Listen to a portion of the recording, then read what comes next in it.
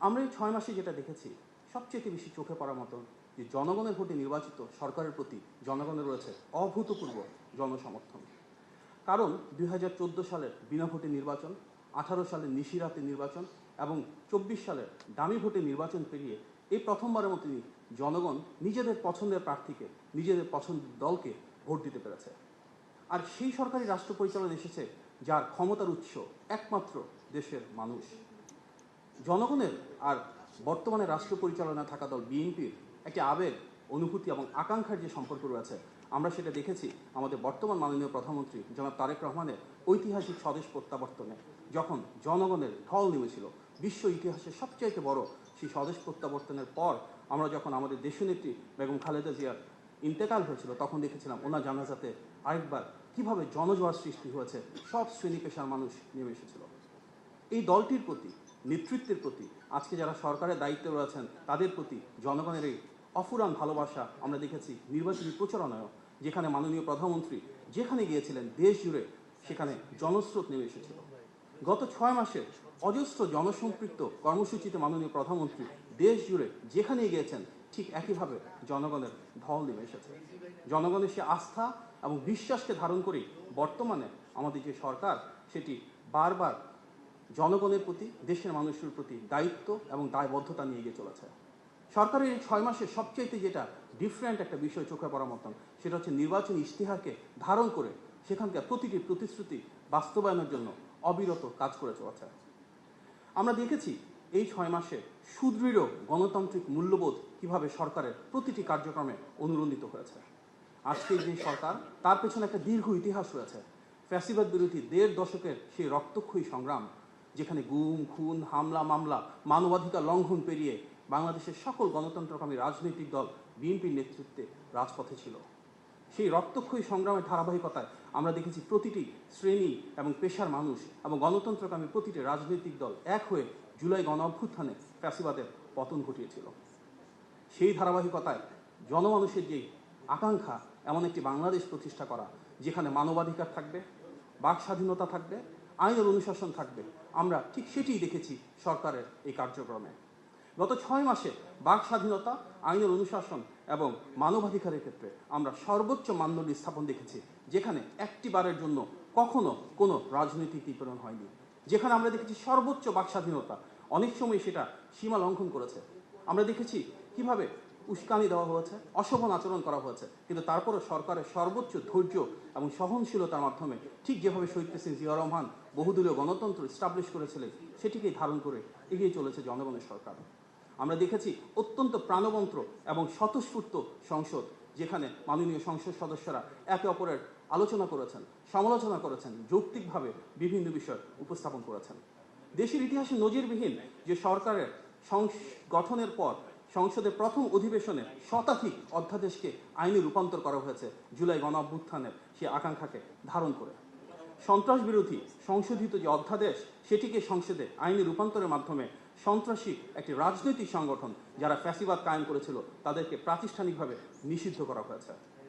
গণতান্ত্রিক মূল্যবোধের বিকাশের জন্য শিক্ষার্থীদেরকে সংসদে উপস্থিত হওয়ার সুযোগ করে দেওয়া হয়েছে। আমরা দেখেছি জাতির বীরশ্রেষ্ঠ যে সন্তানেরা রয়েছে তাদের নামে সংসদের গ্যালারিগুলোর নামকরণ করা হয়েছে।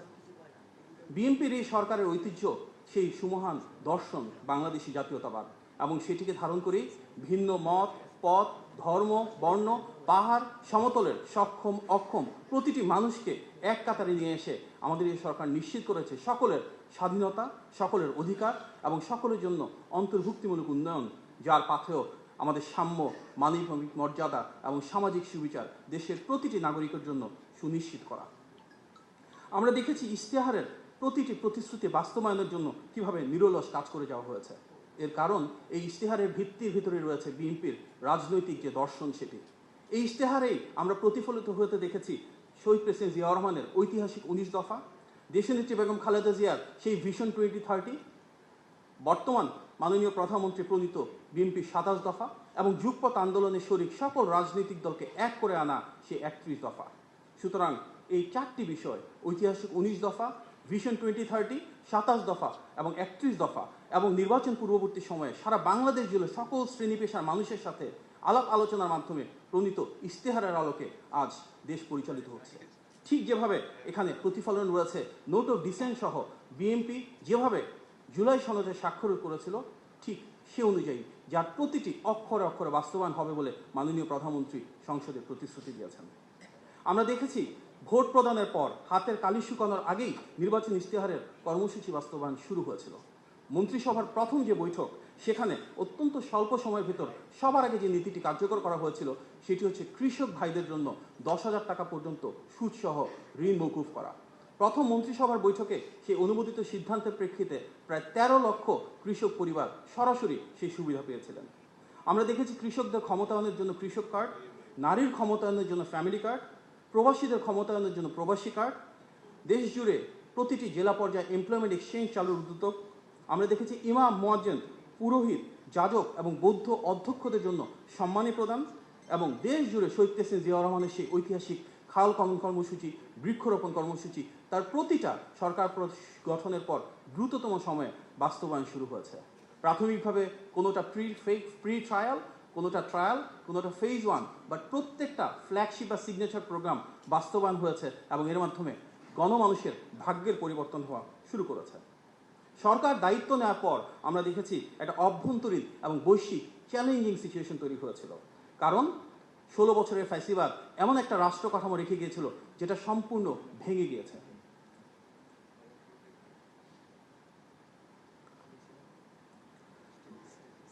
আমরা দেখেছি যে পবিত্র রমজান মাসে দ্রব্যমূল্য নিয়ন্ত্রণে রাখা হয়েছে। সরকার গঠনের পরে অত্যন্ত স্বল্প সময়ে সেই রাষ্ট্র ব্যবস্থায় যেন কোনো সিন্ডিকেট না হয়, যেন কৃত্রিমভাবে দ্রব্যমূল্য বাড়ানো না হয়, সেভাবে উদ্যোগ গ্রহণ করা হয়েছিল। ঈদ উল ফিতর এবং ঈদ উল আজহাতে আমরা দেখেছি দীর্ঘকাল পর কোনো ধরনের শ্রমিক অসন্তোষ হয়নি, কারণ সরকারের দৃঢ় পদক্ষেপে শ্রমিক, মালিক, ট্রেড অ্যাসোসিয়েশন, বিজনেস অ্যাসোসিয়েশন সবাইকে এক করে হলিস্টিকভাবে নিশ্চিত করা হয়েছে প্রতিটা শ্রমিক যেন ওনাদের বেতন, বকেয়া এবং বোনাস বুঝে পান। আমরা দেখেছি বৈশ্বিক বাজারে যখন তেলের দাম বেড়ে গিয়েছিল মধ্যপ্রাচ্যে যুদ্ধের কারণে, তখন বিশ্বের সব দেশে তেল বাড়ালো, একটা দীর্ঘ সময় পর্যন্ত বাংলাদেশে গণতান্ত্রিক সরকার তেলের দাম না বাড়িয়ে সে বরং সরবরাহকে নিরবিচ্ছিন্ন রেখেছিল। পবিত্র ঈদ উল আজহার সময় আমরা দেখেছি কোরবানির সময় কিভাবে পশুর ক্ষেত্রে বাংলাদেশ স্বয়ংসম্পূর্ণ হয়েছিল। অন্য কোনো দেশ থেকে পশু আমদানি না করে আমাদের যারা খামারি রয়েছে তাদেরকে স্বনির্ভর হিসেবে গড়ে তুলেছিল, এবং সেই ঈদের রাতেই অত্যন্ত দ্রুততম সময়ে দিন থেকে শুরু করে ঢাকা সহ বিভিন্ন সিটি কর্পোরেশনে দ্রুততম সময়ে বর্জ্য অপসারণ নিশ্চিত করা হয়েছিল। সরকার দায়িত্ব নেওয়ার পরে খুব স্বল্প সময়ের ভিতর যে এসএসসি পরীক্ষা হয়, সেখানে দীর্ঘদিন পর কোনো ধরনের প্রশ্নপত্র ফাঁসের ঘটনা ঘটে নাই, বরং নির্মোহ এবং নিরপেক্ষভাবে যেই শিক্ষার্থীর যে গ্রেড বা যেই নাম্বার প্রাপ্য ঠিক সেভাবেই পরীক্ষাপত্র মূল্যায়ন করা হয়েছিল। আমরা সরকার গঠনের পর প্রথম যে বাজেট করা হয়েছে খুব স্বল্প সময়ে সেখানে জন আকাঙ্ক্ষার বহিঃপ্রকাশ দেখেছি, কারণ সরাসরি মাননীয় প্রধানমন্ত্রীর নির্দেশে 60টির বেশি পণ্যে দ্রব্যমূল্য নিয়ন্ত্রণে রাখা হয়েছে ভ্যাট এবং ট্যাক্সের পরিমাণ কমিয়ে দিয়ে। এই বাজেট ছিল বাণিজ্য বান্ধব, এই বাজেট ছিল অর্থনীতি বান্ধব, এবং এই বাজেট ছিল বিনিয়োগ বান্ধব, যার প্রাধান্য পেয়েছে স্বাস্থ্য এবং শিক্ষায় বিনিয়োগ, প্রাধান্য পেয়েছে কর্মসংস্থান সৃষ্টি, এবং প্রাধান্য পেয়েছে দেশের সার্বিক জ্বালানি সহ সামগ্রিক নিরাপত্তা। সরকার দায়িত্ব নেওয়ার পর আমরা দেখেছি কয়েক মাসের ভেতরে বন্যা এবং পাহাড় ধস হয়েছে চট্টগ্রাম বিভাগে। সেক্ষেত্রেও কিভাবে একটা সমন্বিত উদ্যোগের মাধ্যমে যারা নিপীড়িত মানুষ দুর্যোগ মোকাবেলায় সরকারের বিভিন্ন এবং বহুমুখী পদক্ষেপে সফলতার সাথে সেই দুর্যোগপ্রবণ এলাকার মানুষদেরকে যথেষ্ট নিরাপত্তা দেওয়ার সুযোগ হয়েছে, তাদেরকে ভালো রাখার জন্য মাননীয় প্রধানমন্ত্রীর নির্দেশনায় কাজ করা হয়েছে। সরকার দায়িত্ব নেওয়ার পর মধ্যপ্রাচ্যের যুদ্ধের কারণে গ্যাস এবং বিদ্যুতের যে বৈশ্বিক সংকট একটা পর্যায়ে আমাদের এখানেও তার প্রতিফলন হয়। আমরা দেখেছি গ্যাসের কিছু সমস্যা গত কয়েকদিন ধরে, এটি আমরা গভীরভাবে উপলব্ধি করি, এবং সেখানে মাননীয় প্রধানমন্ত্রী স্বয়ং বলেছেন যে বহুমুখী উদ্যোগ গ্রহণ করা হয়েছে। আপনারা নিশ্চয়ই জানেন FSRU যে দুটো ছিল তার ভিতর একটা নষ্ট হয়ে গিয়েছিল, সেটা রিপেয়ার করবার জন্য একদিকে যেমন সময়ের প্রয়োজন, একই সাথেও এটা বাস্তবতা যে 16 বছরের ফ্যাসিবাদের দীর্ঘ সময়ে যে ধ্বংসস্তূপ করা হয়েছিল সবচেয়ে বেশি দুর্নীতিপ্রবণ এই সেক্টর, সেখানে সবচেয়ে বেশি কার্যকর উদ্যোগ ইতিমধ্যে গ্রহণ করা হয়েছে। মাননীয় প্রধানমন্ত্রী যখন চীন এবং মালয়েশিয়া গিয়েছিলেন, সেখানে যারা জ্বালানি খাতে বিনিয়োগকারী রয়েছেন ওনাদের সাথে আলোচনা হয়েছে, এবং মধ্যমেয়াদে কত দ্রুত এই সমস্যার সমাধান করা যায় সেগুলো নিয়ে কার্যকর ফলশ্রুতি আমরা সামনের দিকে দেখতে পাবো। একই সাথে আমরা দেখেছি যুক্তরাষ্ট্র থেকে 25টি টপ কোম্পানির যখন রিপ্রেজেন্টেটিভরা বাংলাদেশে এসেছিলেন, সেখানকার তাদের শীর্ষ জ্বালানি কোম্পানির যারা কর্মকর্তা রয়েছেন ওনারাও বলেছেন বাংলাদেশের গ্যাস এবং বিদ্যুৎ সমস্যার সমাধানে যেটা ফ্যাসিবাদ রেখে গিয়েছিল তারা যত দ্রুত সম্ভব কার্যকর উদ্যোগ গ্রহণ করবে। আমাদের মাননীয় প্রধানমন্ত্রী জনাব তারেক রহমান ইতিমধ্যে সরাসরি মালয়েশিয়ার মাননীয় প্রধানমন্ত্রী জনাব আনোয়ার ইব্রাহিমের সাথে কথা বলেছেন এবং ওনাদের পেট্রোনাসের মাধ্যমে গ্যাসের সমস্যা সমাধানের জন্য ইতিমধ্যে যথেষ্ট প্রোগ্রেস রয়েছে। ফ্যাসিবাদের দীর্ঘ সময়ে আমরা দেখেছি যে কূপ খননের ক্ষেত্রে তারা কোনো উদ্যোগ নেয় নাই, বরং আমদানি নির্ভরতা রেখেছিল। আমাদের নির্বাচনী ইশতেহারে যেমন রয়েছে ঠিক সেভাবে আমরা গ্যাসের অল্টারনেটিভ সোর্স কীভাবে ডোমেস্টিকলি তৈরি করতে পারি, আমাদের নিজেদের জ্বালানি সক্ষমতা বাড়াতে পারি, সেই কার্যক্রম সামনেই শুরু হবে। হয়তো 16 বছরের সকল সমস্যা শতভাগ সমাধান করা সম্ভব নয়, তবে সরকারের সকল পর্যায়ে সর্বোচ্চ আবেগ এবং অনুভূতি নিয়ে সেই দায়িত্বশীলতা নিয়ে আমরা কাজ করে যাচ্ছি যেন যত দ্রুত সম্ভব জনগণের জন্য এই সমস্যাটার সমাধান করা সম্ভব হয়। আমরা দেখেছি এই 6 মাসে অন্তর্ভুক্তিমূলক উন্নয়ন, যেখানে সমাজের প্রতিটি শ্রেণী এবং পেশার মানুষের ভাগ্যের পরিবর্তন হয়েছে। ছোট্ট একটা উদাহরণ যেখানে আমরা দেখতে পারি ইশতেহারের বাইরে গিয়েও কীভাবে সরকার কাজ করেছে। আপনারা নিশ্চয়ই জানেন যে অবসরপ্রাপ্ত এমপিও শিক্ষকদের ওনাদের যে অবসর ভাতা এবং কল্যাণ ট্রাস্টের টাকা প্রায় 7,000 কোটি টাকা ফ্যাসিবাদের সরকারেরা লোপাট করে দিয়েছিল। আমাদের অবসরপ্রাপ্ত শিক্ষকেরা 2022 সালের পর থেকে গত 4 বছরে ওনাদের অবসরের এবং কল্যাণের সে টাকা ফেরত পাননি।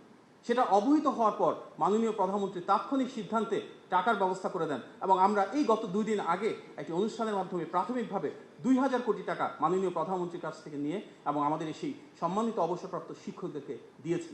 ফ্যাসিবাদের ভেঙে পড়া রাষ্ট্র কাঠামো পুনর্গঠনে এভাবেই প্রতিটি সেক্টরে যখন যেখানে সমস্যা দেখছি আমরা গভীর উপলব্ধির মাধ্যমে সেটি সমাধানের চেষ্টা করে যাচ্ছি। ইতিমধ্যে আমরা জানি যে শহীদ প্রেসিডেন্ট জিয়াউর রহমান যেভাবে দেশের প্রতিটি উপজেলায় স্বাস্থ্য কমপ্লেক্সে শয্যা বাড়িয়েছিলেন, দেশনেত্রী বেগম খালেদা জিয়া যেমন সেটিকে 50 উন্নত করেছিলেন, সেই ধারাবাহিকতায় মাননীয় প্রধানমন্ত্রী 101 শয্যায় দেশের প্রতিটি উপজেলা স্বাস্থ্য কমপ্লেক্সকে উন্নীত করার নির্দেশনা দিয়েছেন এবং সেটি কাজ শুরু হয়েছে। 151 সেটি কার্যকর রয়েছে। ইতিমধ্যে 1 লক্ষ স্বাস্থ্যকর্মী নিয়োগের যে পরিকল্পনা সেটি গ্রহণ করা হয়েছে এবং দুরারোগ্য ব্যাধিতে যারা চিকিৎসা ব্যয় রয়েছে সেটি কমানোর জন্য উদ্যোগ নেওয়া হচ্ছে এবং যেখানে প্রয়োজন 1 লক্ষ টাকা করে সহযোগিতা করা হচ্ছে। শিক্ষা ব্যবস্থায় আমূল সংস্কারের অংশ হিসেবে শিক্ষা পাঠ্যক্রমে ক্লাস 4-এ 2টা নতুন সাবজেক্ট এবং ক্লাস 6-এ 2টো নতুন সাবজেক্ট আগামী বছর থেকে শুরু হচ্ছে। দেশের বিভিন্ন শিক্ষা প্রতিষ্ঠানে ফ্রি ওয়াইফাই, বাচ্চাদের জন্য স্কুল ড্রেস এবং ব্যাগ যেগুলো ক্লাস 1 থেকে শুরু হচ্ছে দেওয়া এবং প্রাইমারি গোল্ড কাপে 22 লক্ষ শিক্ষার্থী, 11 লক্ষ ছেলে এবং 11 লক্ষ মেয়ের অংশগ্রহণে ইতিমধ্যে একটা ক্রীড়া বিপ্লব সারা দেশ জুড়ে সংঘটিত হয়েছে। আমরা দেখেছি দেশের প্রতিটি শিক্ষা প্রতিষ্ঠান ক্লাস 6 থেকে 12 পর্যন্ত সেখানে ইনোভেশন আইডিয়া শোকেসিং কম্পিটিশন হয়েছে। ইতিমধ্যে মাননীয় প্রধানমন্ত্রীর নির্দেশনায় মেয়েদের জন্য স্নাতক পর্যন্ত ফ্রি শিক্ষা নিশ্চিত করা হয়েছে। দেশ জুড়ে মিড ডে মিল কার্যক্রম পর্যায়ক্রমে দেওয়া শুরু হয়েছে। তৃতীয় ভাষা শিক্ষাকে বিশেষ প্রায়োরিটাইজ করা হচ্ছে এবং বিদেশগামী শিক্ষার্থীদেরকে যারা তৃতীয় ভাষার নলেজ রয়েছে তাদেরকে 10 লক্ষ টাকা পর্যন্ত ব্যাংক গ্যারান্টি দিয়ে পাঠানোর সুযোগ করা হয়েছে। ইতিমধ্যে আমরা দেখেছি যে নতুন পে স্কেল যেটা সরকারি কর্মকর্তাদের সুবিধার জন্য করা হচ্ছে সেটি অনেকটাই চূড়ান্তের পথে। ক্রীড়াকে একটা পেশা হিসাবে স্বীকৃতি দেওয়া, স্পোর্টস ভিলেজ প্রতিষ্ঠার উদ্যোগ, নতুন করে দেশ জুড়ে নতুনভাবে সম্প্রসারণ করা যার মাঝে ক্রীড়াকেও অন্তর্ভুক্ত করা হচ্ছে এবং দেশ জুড়ে মাঠের সংস্থান করার কার্যকর উদ্যোগ গ্রহণ করা হয়েছে। জুলাই জাদুঘর যার সাথে অনেক মানুষের আবেগ আকাঙ্ক্ষা রয়েছে সেটি একদিকে যেমন চালু করা হয়েছে, একই সাথে যারা শহীদ হয়েছেন জুলাই গণ অভ্যুত্থানে এবং প্রথম 15 বছরের ফ্যাসিবাদ বিরোধী আন্দোলনে সেই শহীদ পরিবারগুলোর পাশে থাকার জন্য সরকারি সহযোগিতার হাত সম্প্রসারণ করা হয়।